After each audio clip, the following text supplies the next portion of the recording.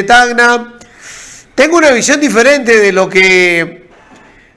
que analizas en el Diario Expreso, pero yo soy un ciudadano de pie y tú eres un diplomático. Explícanos por qué Zelensky no tuvo una buena, digamos, intervención o fue gran parte responsable de lo que sucedió en la Casa Blanca. Buenos días. Fernando, muy buenos días, amigos de Radio 1, de Tacna, siempre linda y querida.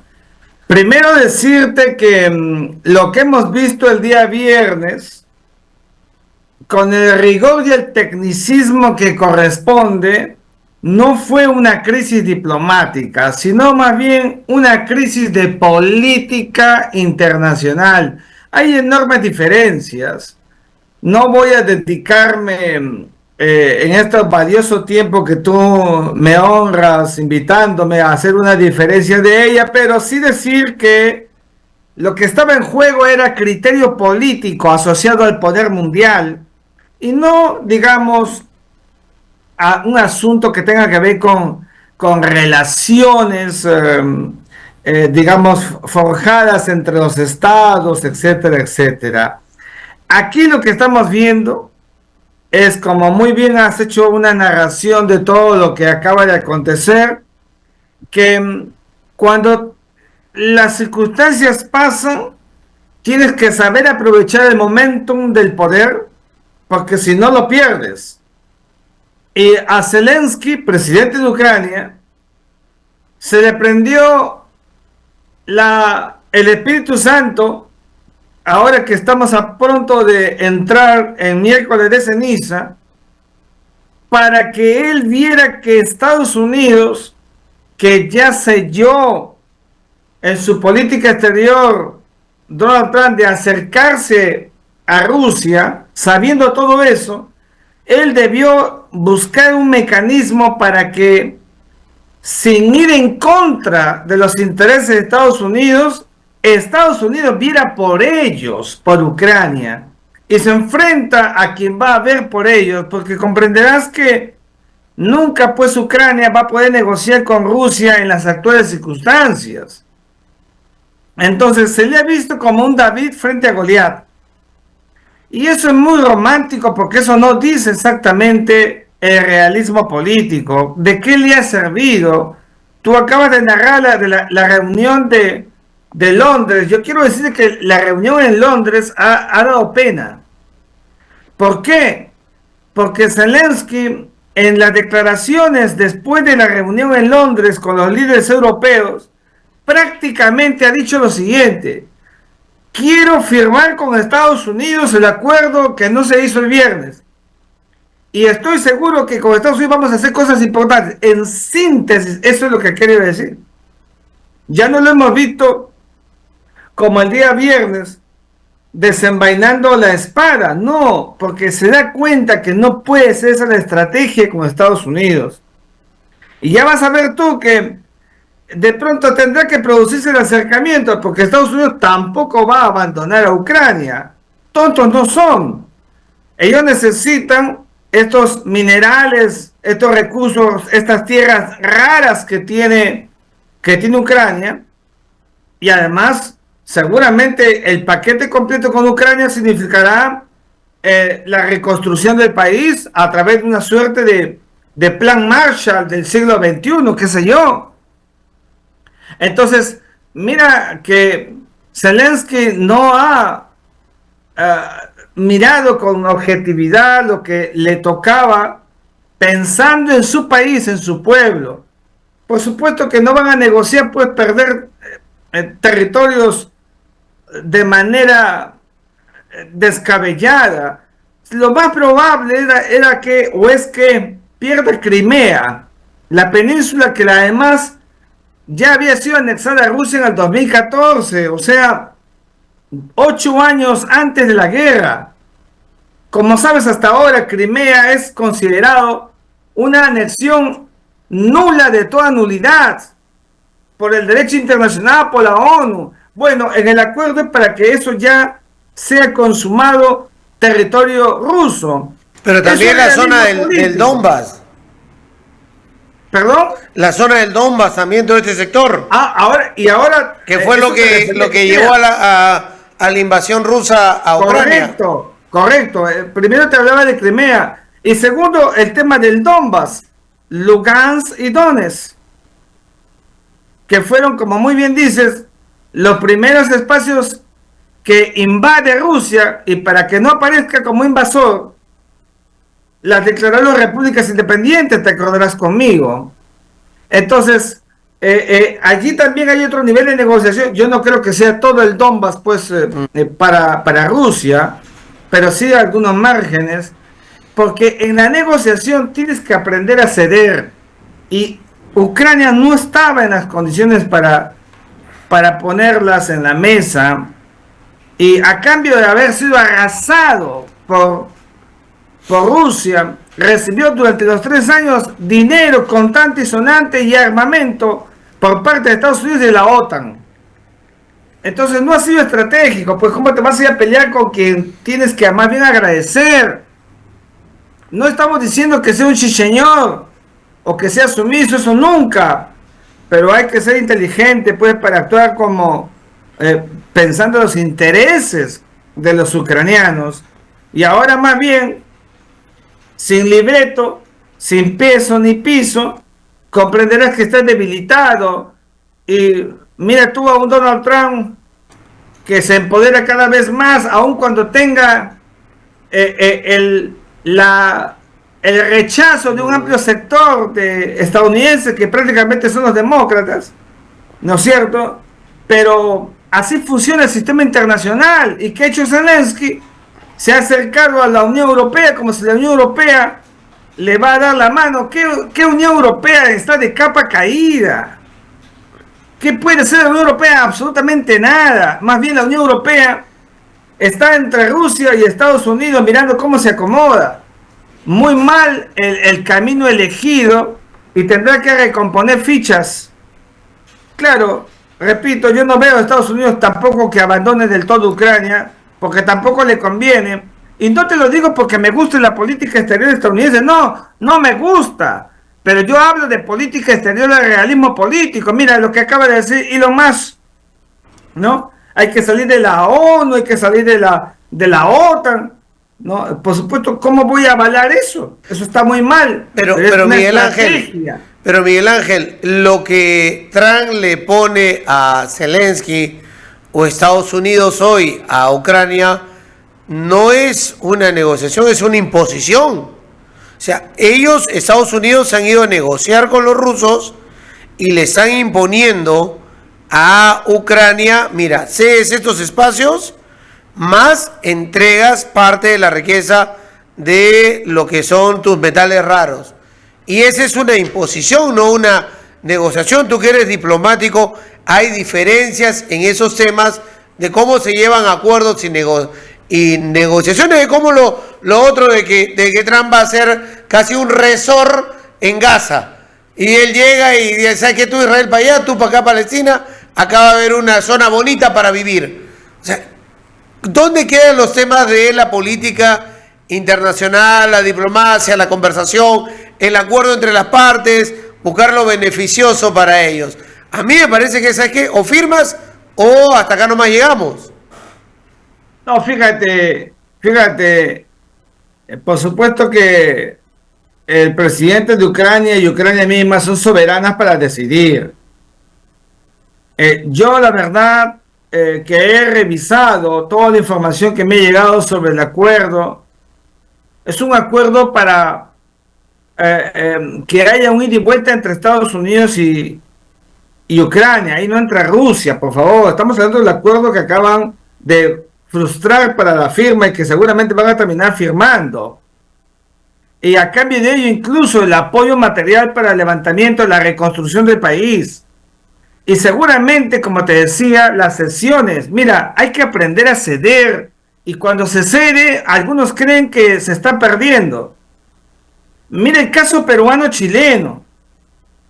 Nosotros tuvimos que ceder Arica. Recuperamos Tacna. queríamos Tacna y Arica, pero perdimos Arica y no nos vimos en ese acuerdo, en esa negociación como perdedores. Tuvimos que acudir al realismo político. Pero fuimos parte de la negociación. No fuimos externos a la negociación. Es decir, viene otro, Estados Unidos, y es como que viene de Estados Unidos y ¿sabes qué? Arica se queda con Chile, Tacna se queda con Perú, y ¿sabes qué, Perú? Me das Toquepala, Cuajone, Tía María, Queyabeco, Cerro Verde, me lo das para mí. ¿Qué? O sea, viene uno que recién asume a solucionar, y esa es la solución, porque si no, después hay guerra. Lo que pasa, apreciado Fernando, es que... ¿Me escuchan, no? Perfecto, perfecto. Es que no es exactamente como lo estás diciendo. Yo entiendo porque la cobertura llega así, pero no es exactamente como que Estados Unidos y Rusia deciden y tú aceptas. No es verdad, porque si hubiera sido así, ni siquiera hubiera ido a la Casa Blanca, ni siquiera se hubiera sentado con Donald Trump. Y Donald Trump le hubiera dicho, se hubiera levantado y listo. No es así. Aquí, por supuesto, tiene que haber una decisión soberana de Ucrania, forjada, repito, en el realismo político. Entonces, ese realismo político, en el acuerdo, que no se ha firmado ningún acuerdo de paz, o no se iba a firmar ningún acuerdo de paz, eso era después.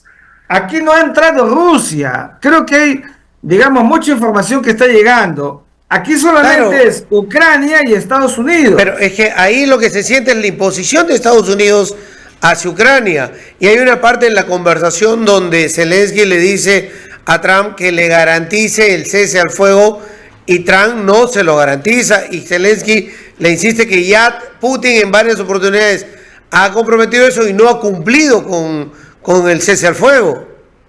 Es muy difícil que en una conversación, en el formato que vimos los dos presidentes con la prensa al costado, se pueda cotejar realmente las aspiraciones maximalistas de las partes. Te lo digo como un especialista, vengo del otro lado del mundo, acabo de bajar el avión, discutiendo, analizando sobre el tema del Sáhara Occidental.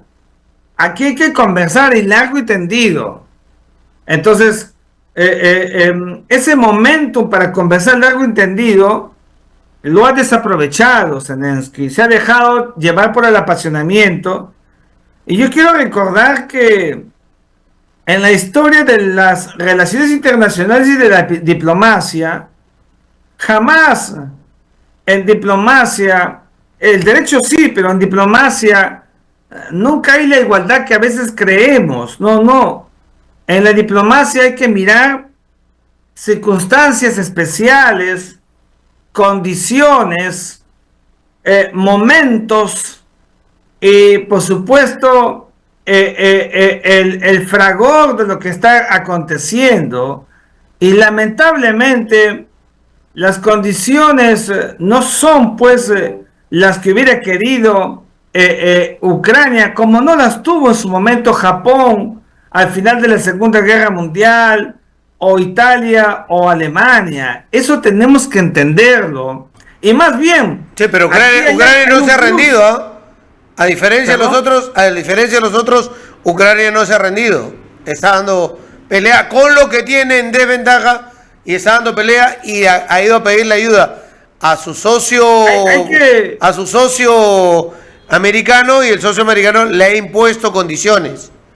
Pero hay que decirlo así, porque conforme tú lo dices tiene una lógica, pero hay que decir la otra profunda, es decir... Es que yo quizás, discúlpame que te interrumpa, discúlpame, yo quizás no hubiera podido ni siquiera enfrentarse a Rusia si no tenía el apoyo militar de Estados Unidos y de la OTAN. Y lo entiendo, pero quizás yo tenga hasta un sesgo por estar en Tacna y decir, oye, esto me suena a que pierdo mis territorios, y si un presidente peruano le impone otro de Estados Unidos que además le pierdo territorio y le tengo que dar mi riqueza, a ese presidente lo saco patadas de mi país, ¿no? Y pasa la historia como el gran traidor de la nación, pero me estoy poniendo el sesgo de acá de Tacna, de lo que hemos vivido, de lo que ha pasado.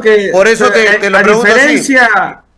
A diferencia de otras personas, tu sesgo es un sesgo de buena fe, es un sesgo fundado, y yo lo comprendo, pero yo como hombre de las relaciones internacionales, del derecho internacional, te digo que Ucrania no está en esa circunstancia, es una cuestión totalmente distinta. Yo te estoy explicando desde la dinámica de la diplomacia, la importancia que tiene saber ceder, pero saber ceder tampoco, como lo dije en mi columna, viste que dije, y entre signos de admiración, sumiso jamás.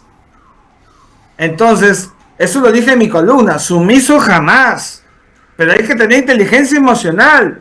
¿Por qué? Porque si Estados Unidos, sabemos todos que quiere acabar con China, que le está persiguiendo, y quiere cortar la vinculación ruso-china, si yo sé que eso prefiere el poderoso que va a actuar por mí, tengo que manejar el asunto, porque no puedo pretender más cosas que lo que realmente está a mi alcance. Es que eso se llama inteligencia emocional de Estado, y yo creo que Zelensky eso no lo ha comprendido. Bueno, el segundo capítulo, que ha sido sábado, domingo y hoy lunes, ya verás tú cómo están saliendo las declaraciones donde él prácticamente dice, por favor, quiero firmar. ¿Te das cuenta? Y nadie le ha puesto más pistolas en la cabeza que él mismo, porque sabe que está perdiendo.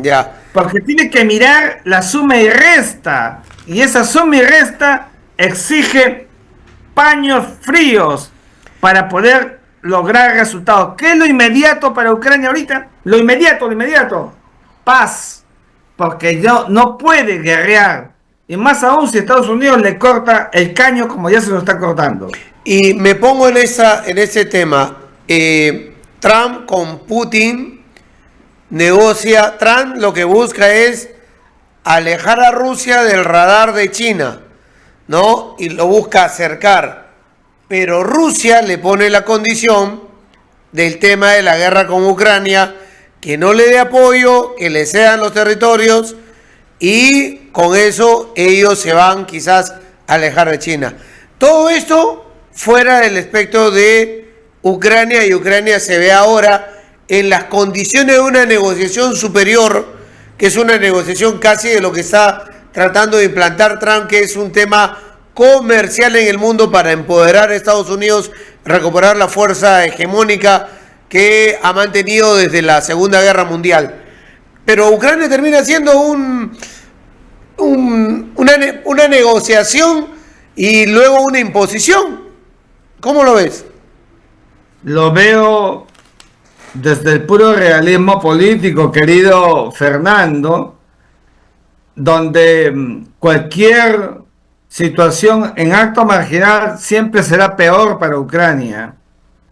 Es decir, Ucrania sin Estados Unidos no cuenta. Por eso es que Estados Unidos le dice, vamos a hacer esto, porque este es el plan que se tiene. Y estoy seguro que coincido contigo en que Rusia ya debe haber hablado con Estados Unidos. Y Estados Unidos tampoco es que le va a decir a Rusia, bueno, yo hago todo lo que tú quieras, pero no puede hacer eso Estados Unidos. Entonces, como no lo puede hacer todo, por eso lo llama a Zelensky para conversar y llegar a acuerdos en el realismo político. Seguramente en otras circunstancias sería distinto. Por ejemplo, si Ucrania tuviera pues capacidad nuclear que no tiene, entonces otra sería la mesa. Pero no es ese el caso. Repito, Japón no tuvo cobertura para tomar decisiones, y Estados Unidos, Francia y Gran Bretaña y la Unión Soviética prácticamente condicionaron a Japón, porque así funciona el sistema internacional. Pero tenían 2 bombas atómicas encima, que iban a negociar. Pero es que antes había bombas atómicas y hoy día hay otras armas. O sea, el sistema funciona así.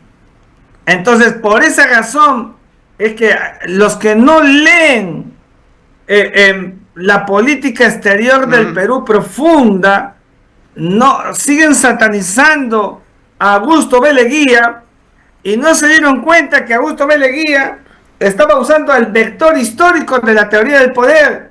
Me acerco a Estados Unidos antes que Estados Unidos cierre filas con Chile, y solamente así pudimos sellar el problema, superar el problema de la demarcación y recuperar Tacna, porque cuando nos sentamos a negociar, la posición de Leguía y del equipo peruano era maximalista. Queríamos recuperar Arica y Tacna, pero cuando te enfrentas en una mesa tienes que negociar, y entonces por esa razón perdimos para siempre posesión voluntaria y de Estado Arica. Si no hubiera estado Estados Unidos con Perú, es decir, si quieres de otra manera, si Estados Unidos se hubiera pegado 100% a Chile, nada nos garantizaba recuperar Tacna. Tenemos que decirlo, hay que ser muy la posición de Estados Unidos fue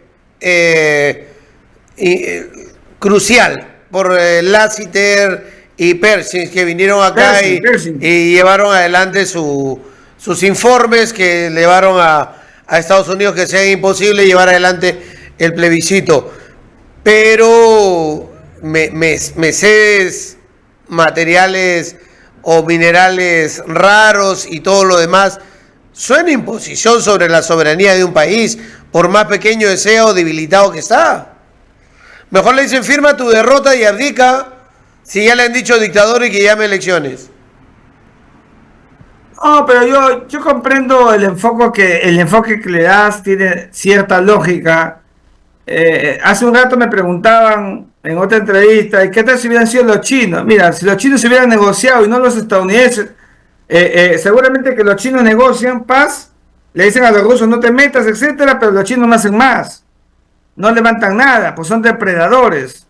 En cambio los gringos, por lo menos, tienes ahí el componente de detención, porque es Occidente. Eso no se está entendiendo. Sí, pero es innegable que los gringos o los americanos, luego de estas guerras, lo que hacen es negocio. Siempre ha sido así. También los rusos y los Afganistán, chinos, Irán, así Irak, es el poder, querido reconstruimos, Fernando, venimos a reconstruir lo que destruimos. Por eso es que cuando uno trabaja en relaciones internacionales, poder mundial, aquí no hay pues ideologías, aquí no hay Robin Hood, aquí no hay David y Goliat, aquí hay que trabajar escenarios donde quedes al final lo mejor parado posible. Y eso es lo que debería ser consciente Volodymyr Zelensky, mirando a una Rusia que sin Estados Unidos hace rato hubiera arrasado con todo Ucrania, tenemos que decirlo. ¿Y crees que si Zelensky firma, cómo va a ser tomado eso dentro de Ucrania? Ya, pero quiero centrar a la gente que nos está viendo y escuchando que no estamos hablando de un acuerdo de paz. Cuidado, o sea, no estamos hablando de un acuerdo de paz. No se va a firmar la paz. No, estamos hablando de un acuerdo entre Estados Unidos y Ucrania que los estaba acercando porque estaban peleados para luego crear las condiciones para ese acuerdo con Rusia. Aquí todavía no entró Rusia. Ya sabemos que los rusos lo que van a hacer es que Crimea sea totalmente rusa y de alguna región, alguna parte de la región del Donbass, no creo toda, va a tener que cederla. ¿Qué partes? Mira, ve, seguramente aquellas donde el 92%, 95% de los censos de los últimos años decía que querían ser rusos.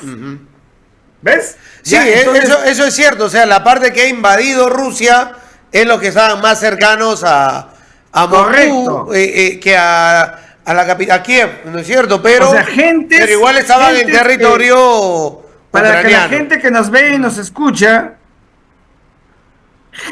poblaciones de la región del Donbass que antes de la guerra ya querían ser rusos. Acuérdate conmigo, antes de la guerra. Entonces, eso tenemos que mirar con equilibrio, a la luz de una guerra que de todas maneras tiene que acabar. Ese es el objetivo final. Ya, pero el tema es que en ese punto lo que se habla es de una negociación, y dentro de esa negociación está el cese al fuego, y Trump no garantizaba el cese al fuego de Putin.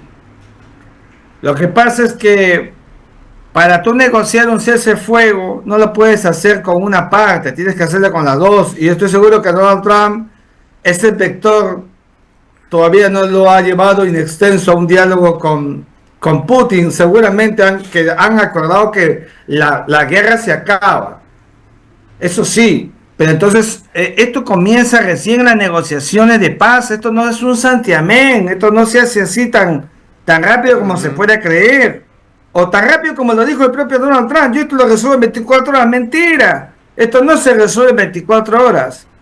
Hay un proceso lógico de aceptaciones recíprocas que deben ir abriendo paso para conseguir la paz, que ese debe ser el objetivo de Zelensky, la paz, porque si no tienes armas, si sabes que te las pueden quitar, no puedes seguir pues pechando, tienes que ir a la paz, guste o no guste. Entonces eso es elevación como hombre de Estado, que es lo que no hemos visto. Y no estoy diciendo con esto que le faltó valentía, no, valentía le sobra, pero inteligencia emocional de Estado, repito, le ha faltado. Pero es que tampoco es que Trump haya mostrado mucha inteligencia emocional, ¿ah? No, es que no la necesita, él tiene poder. El que tiene poder. Pero por eso, pues, pero te tratan así, por eso te digo, ¿cómo toman de esta situación con Zelensky otros países y otras comunidades que son aliados de Estados Unidos? Estados Unidos te puede sacar de la Casa Blanca, puede no acercarse a tu alianza, puede sacarte, puede abandonarte a medio camino. ¿Cómo lo toman los europeos? ¿Cómo lo toman esta situación también? O sea, si estoy viendo que le está haciendo eso a un presidente que, entre comillas, es el aliado de los países europeos y era de Estados Unidos.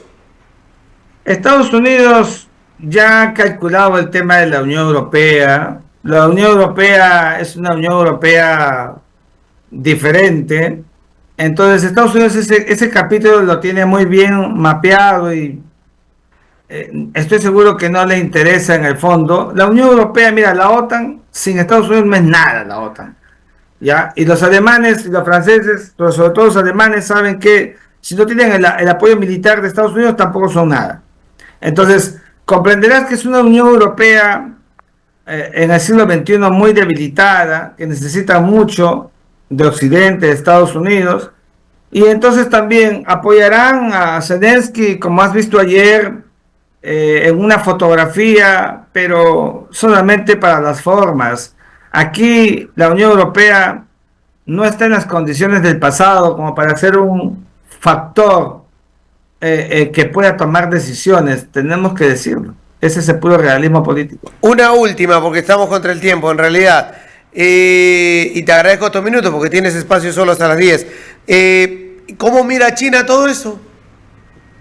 Pues China se entretiene porque ellos no van a entrar en nada. Ellos más bien cuando están Rusia, Estados Unidos, Zelensky peleando, discutiendo, los chinos siguen conquistando el mundo, siguen ganando puertos, siguen buscando espacios, que es justamente lo que Estados Unidos quiere cortar acercándose a Rusia. ¿Ah? Este es el ajedrez del movimiento internacional, que es lo que, repito, Zelensky debió leer, pero hay que volverse gitano y leer las cartas, porque eso es bueno cuando se hace perspectiva de Estado.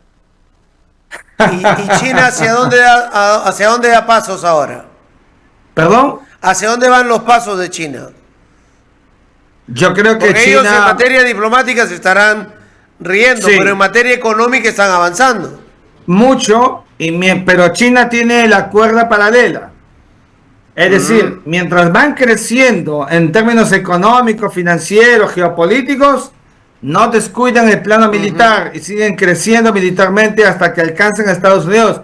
Eso es una lógica del realismo político que están usando muy bien. No te digo que lo vayan a alcanzar, pero pueden hacerlo. Gracias, Miguel Ángel, por acompañarnos.